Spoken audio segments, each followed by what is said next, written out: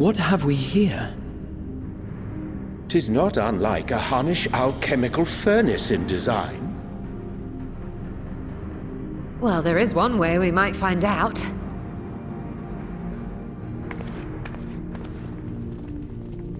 Stop! You mustn't touch it.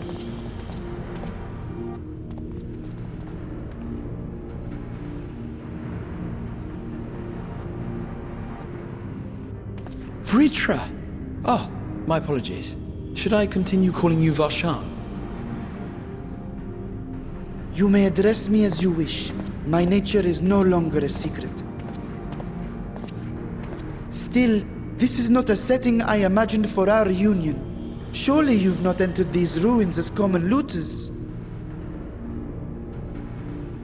Would that we could deny your accusations, but I fear you're not far from the truth. Great Vritra, might we beseech thee to explain the nature of this strange contrivance?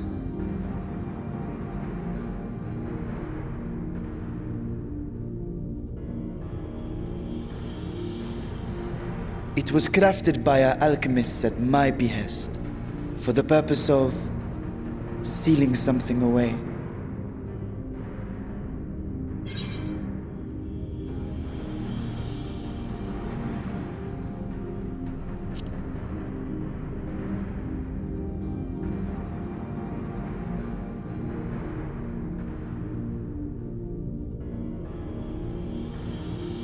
Perhaps I should simply show you.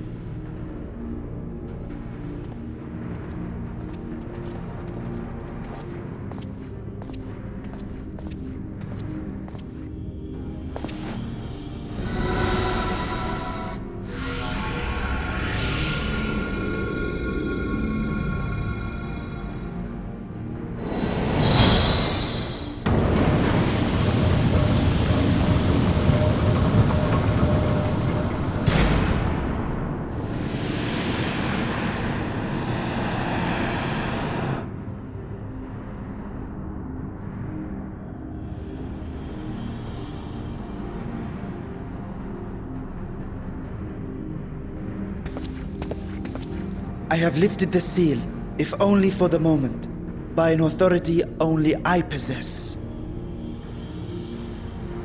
A planar fissure? No, my friend. Small though it may be, this is a functioning gate into the void.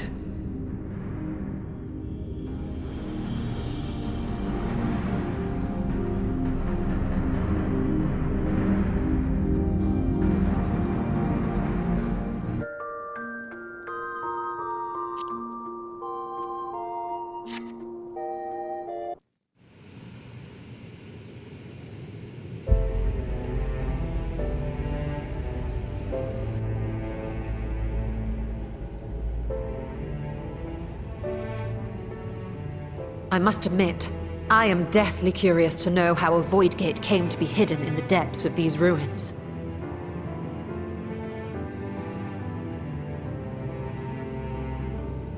To tell that tale, we must first peer far to the south, and even further into memory.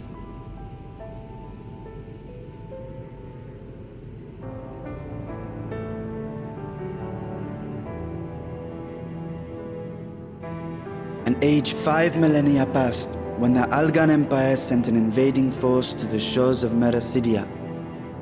The southern people rallied around the commanding figures of Bahamut and Tiamat and fought fiercely to repel the would-be conquerors.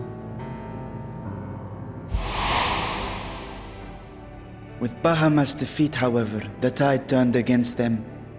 Desperate to seize any advantage, the Mercidians resorted to summoning primal entities.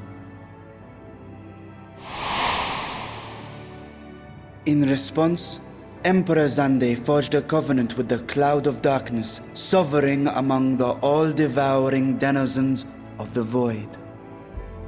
Thus bolstered by icons on one side and Void Scent on the other, the two armies clashed in a battle of unspeakable carnage. So much death. So much loss.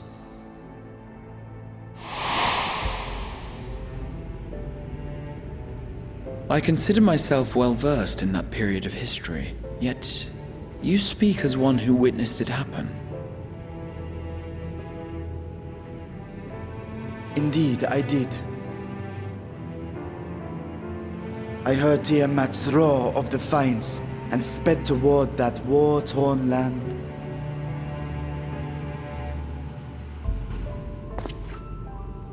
Along with my sibling, Ashdaya.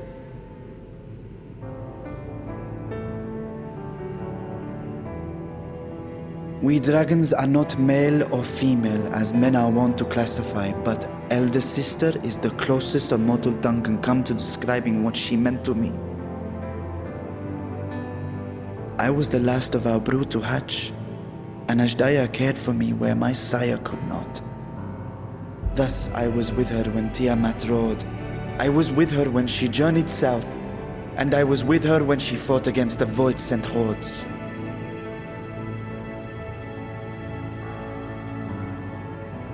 Yet no matter how many of their vile fiends we cast down, more rose from the abyss to take their place.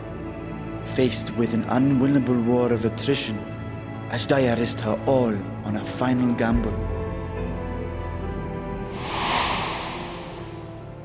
She plunged through the Void Gate itself to strike at the root of their strength.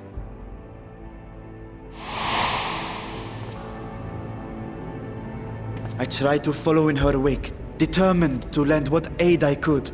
But even as I came upon Alag's glittering tower, I saw the rift close behind her. And Ashdaya has been lost to us ever since.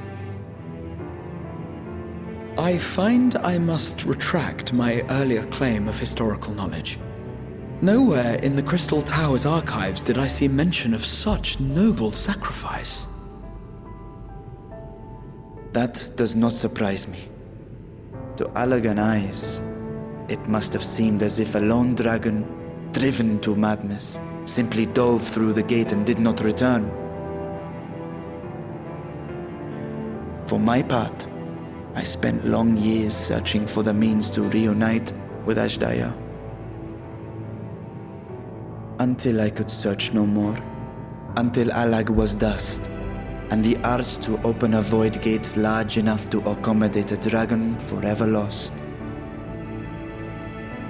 Yet you have the beginnings of a gate right here, under the control of a harnessed device. My discovery came before Radzatan was founded. Though I scoured the lands for a method to cross the rift, it was beneath the sea that I chanced to find a natural planar fissure. It was, however, far too narrow to admit a worm's bulk. Only after our city rose upon the rock, and I could enlist the aid of our talented alchemists, did matters take a favorable turn. Their dedication was beyond reproach. Tirelessly they worked to expand the fissure, and after decades of toil, it finally grew to a size that a child might pass through.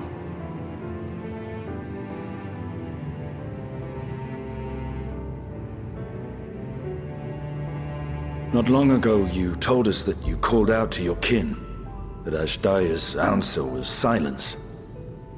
I suspect the conclusion to your tale is not a joyful one.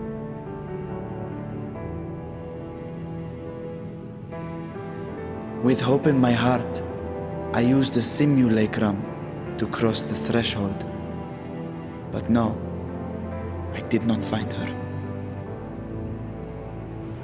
What I found was a host of void-sent, clamoring around the opening they had sensed.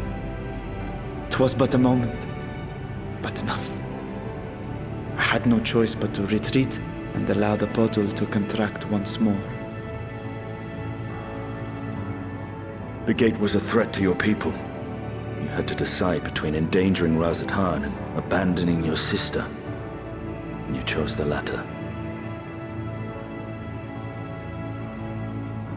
'Twas not that thy sibling scorned thy call.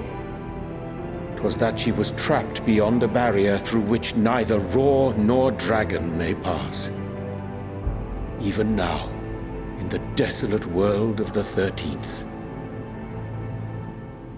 I can scarce imagine your pain, yet it was wise not to linger in that place.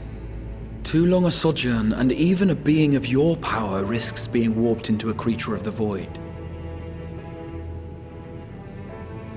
You've seen this phenomenon before, when we stepped into the darkness.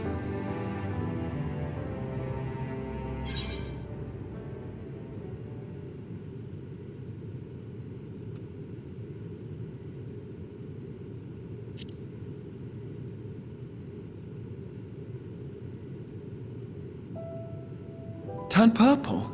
Well, yes. His wounds had allowed the void's corruption to enter his body and twist his ether. Had it been allowed to progress much longer, I presume he would have been fully transformed. Then there is little hope for Ashdaya. Ah, no. I hadn't meant to. I speak only of possibilities. The scales of the first brood are extraordinarily resistant to ethereal fluctuations. They are the protective talisman's core components after all, and even the corruption I described would struggle to overcome. Of course. With the warding scale in one's possession, one could conceivably survive a stay in the 13th without being warped by its energies.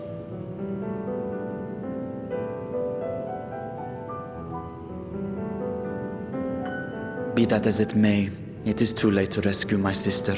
5,000 years too late.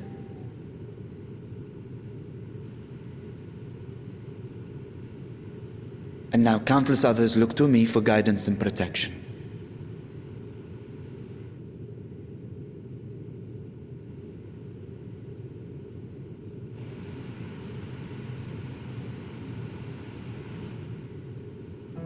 So when I sensed intruders in the ruins, I came only to ensure that the gate remained closed. That, and to secure the treasure, of course.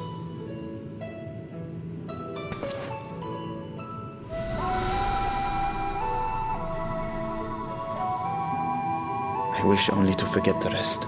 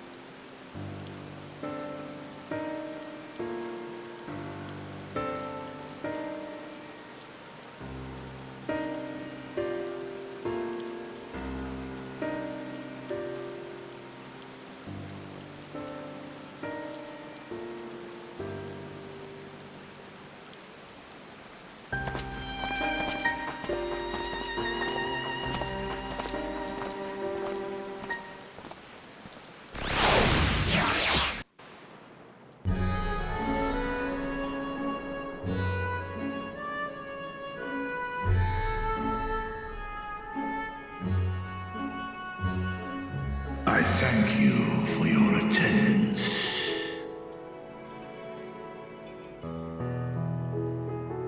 The riches the Radiant Host have retrieved were hoarded in Al-Zadar's name. A fortune I set aside for a future day of need. And lo, that day hath come. May it aid our wounded city in reclaiming its vibrancy and vigor. In better times, I would leave such a task to our capable Ahawan. God's rest his soul. Finding myself bereft of his counsel in the here and now, I will assume the responsibilities of mine office directly. Firstly, the treasure shall be sold for more convenient currency, thence invested into the trading port of Yedlamad. Our merchants must have their operations restored, their ships rebuilt. Commerce must flow once more. None were spared the tragedy of the final days. Of this I am well aware. But an absence was created by the loss of Kalzal's consortium. And by filling it, we provide new means for our fishermen, our artisans, and others to bring their wares to distant markets.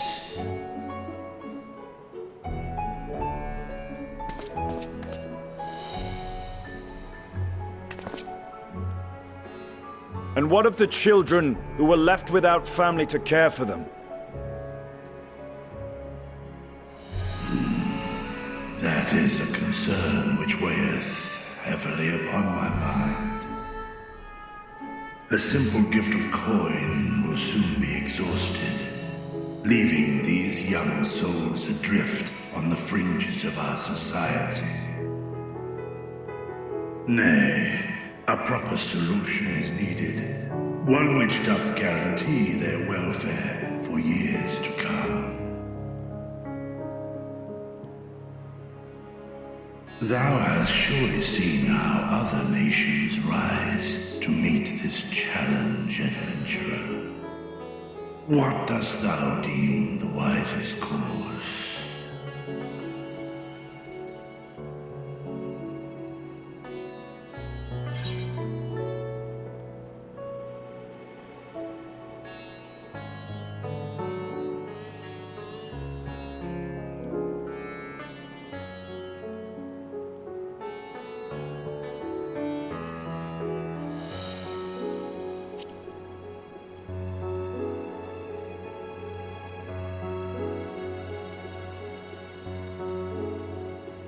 Of course, we can draw on trading profits to build a new institution.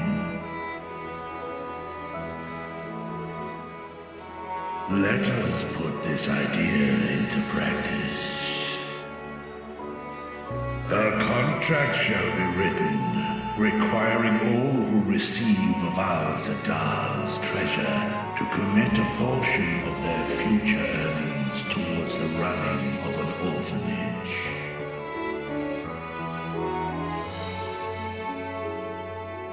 Now, such an influential policy is deserving of a worthy name.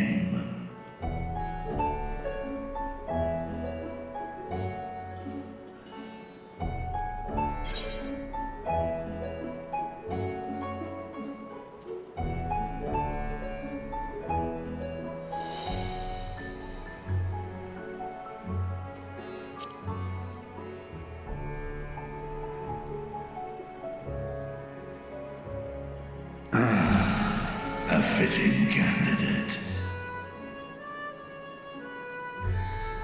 Kalzal should be remembered, not as the blasphemy which terrorized Thavne, but as a hard-working and generous man who brought much wealth to our shores. Do any among you object to this proposition? Many here lost loved ones to the beasts. In that time of strife, any one of us could have broken. Any one of us may have been taken by despair. When I think of Kalzal, I feel no hatred. Only a stinging regret that we could not save him as well. Isn't that right, men?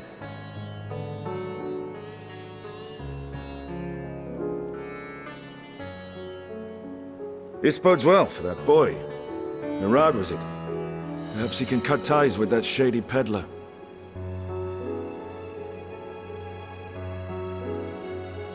Then let it be done. Henceforth, this initiative shall be known as the Kalzal Foundation. Nabdeen, thou art to assemble a patrol and ensure that no child in this city liveth in squalor.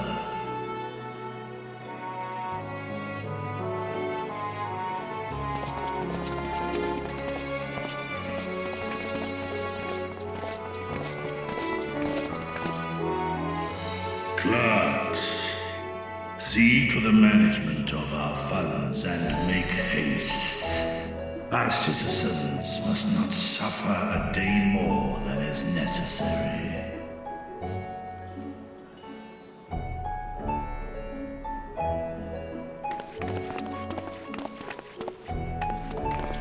Dragon and man, side by side in pursuit of a brighter morrow. I'm reminded of Ishgard.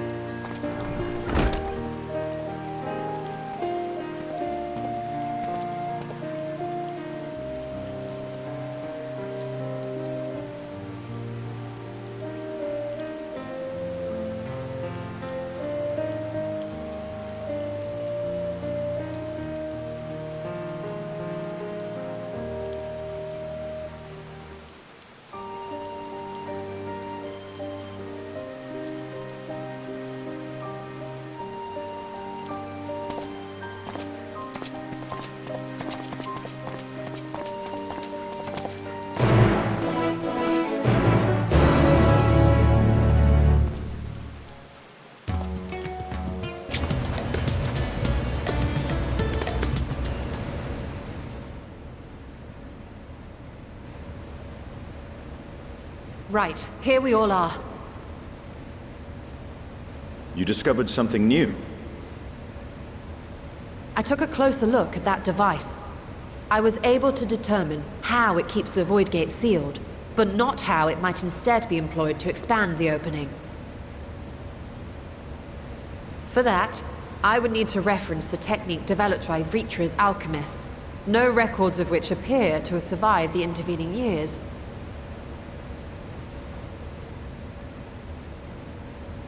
We know this, so why have you sent for us? Have you learned aught of value or not?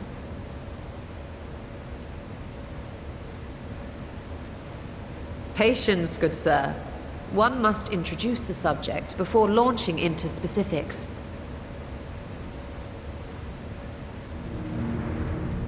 From what we understand, travel between worlds is accomplished by passing through the nebulous rift which exists between them. Picture, if you will, the moment you were called to the first.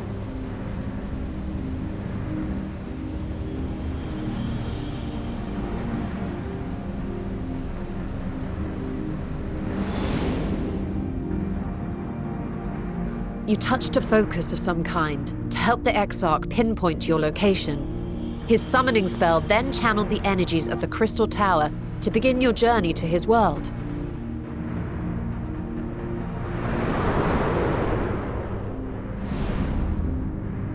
The magics tore a hole in the wall separating source and shard, and cast you into the intervening nothingness. In that place, the laws of nature hold no sway.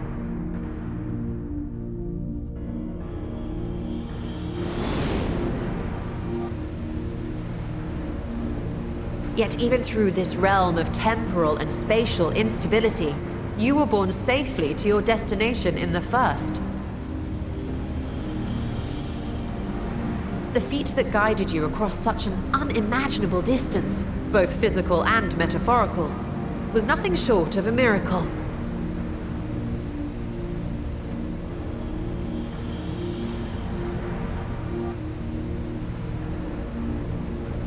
Then what of the many voidsent found in the source? Who guides them here, and how? An excellent question. Though there are several methods by which the Void's denizens might intrude upon our world, the rituals of summoning are the most typical.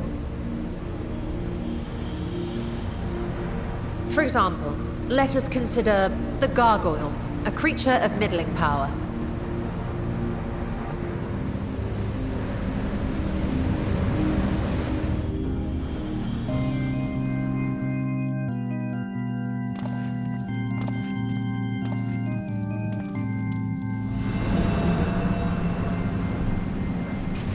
To call upon such an entity, the prospective summoner must force open a void gate.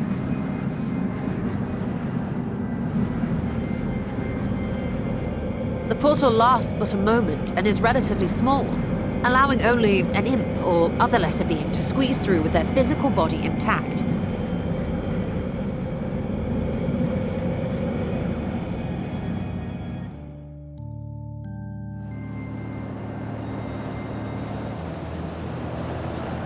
Our more powerful gargoyle, however, is too large for that.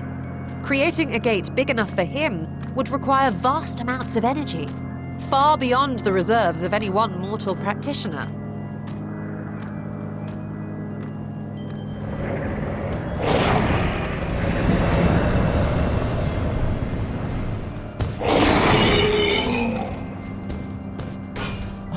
Instead, 'tis far more common to bring over only the entity's soul.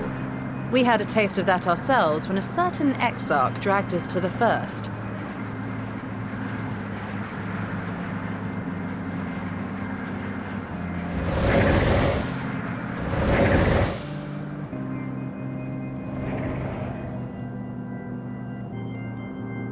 And just as our bodies remained in our world, the Voidsent's physical form is left behind in the 13th.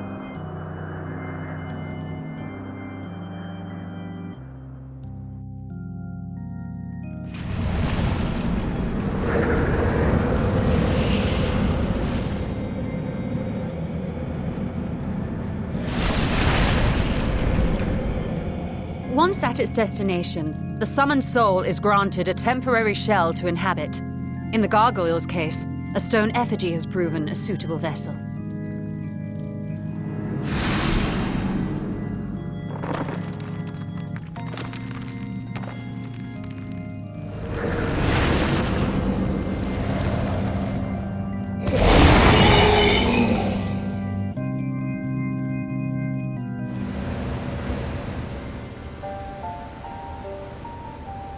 Wait. You said that Voidsent must be called here deliberately by someone in the source, reeled in like a fisherman with his catch. Exactly. For a being to navigate the chaos of the rift, with or without form, there must needs be a guiding agent on the other side.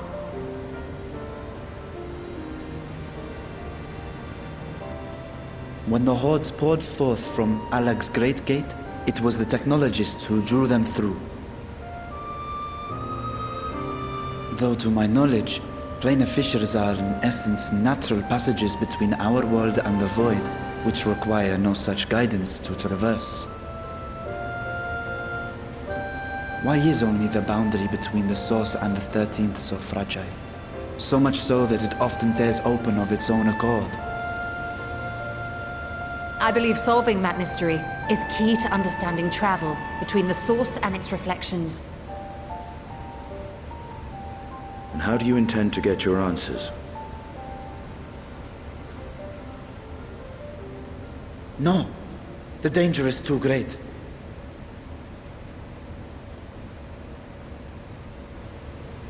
Perhaps. But what some call danger, others think of as adventure.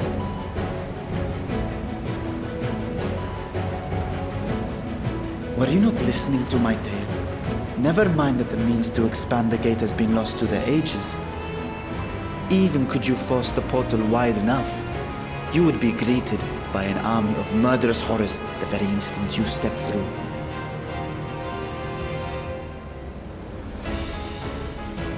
I assure you I was most attentive. And I agree that to go alone would be certain death. But if I were to bring along one who has already braved the 13th and humbled the cloud of darkness, well, I imagine my chances would be much improved.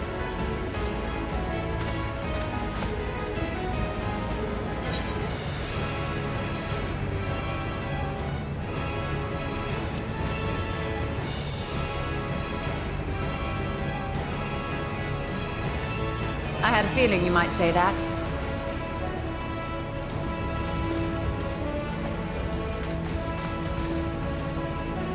Once again, I put my life in your ever-reliable hands. That said, as much as I would like to march straight back to the Void Gate, there is the small matter of being unable to open it without the Satrap's personal authority.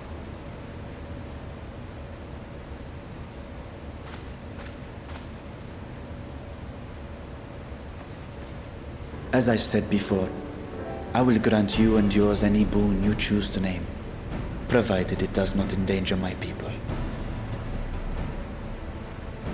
You have my word that we will take every precaution. Not a single void scent will be allowed to threaten Radzat-Han, assuming we manage to expand the portal in the first place. You have a plan.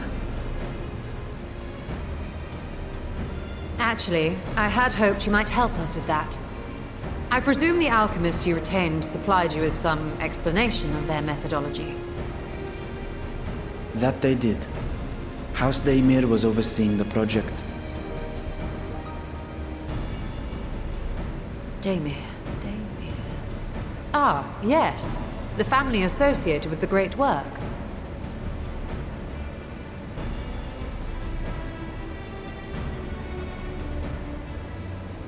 I did not fully comprehend the theory, but their research began with a void scent which had slipped through the fissure. After a thorough examination, they created an arcane simulacrum possessed of similar qualities. A man-made void scent, if you will. It was apparently indispensable in their efforts to enlarge the gate. A man-made void scent?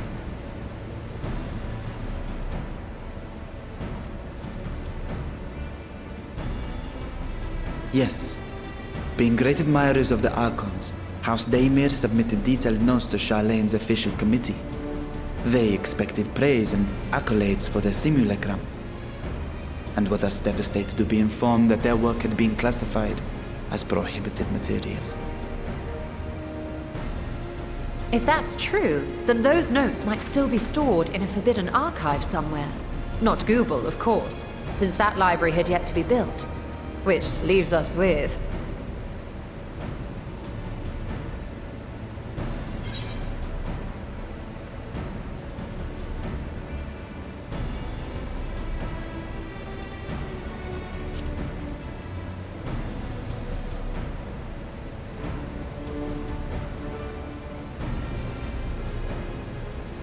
Indeed.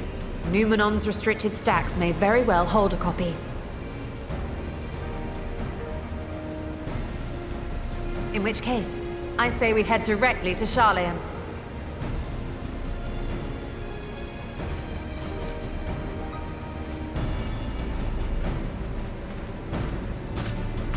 Unless you anticipate needing help to reach the high shelves, I see myself being of little use. Go on ahead.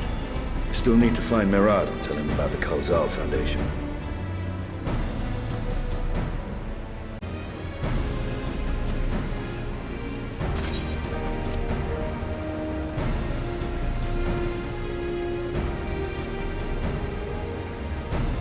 Let us be on our way as well.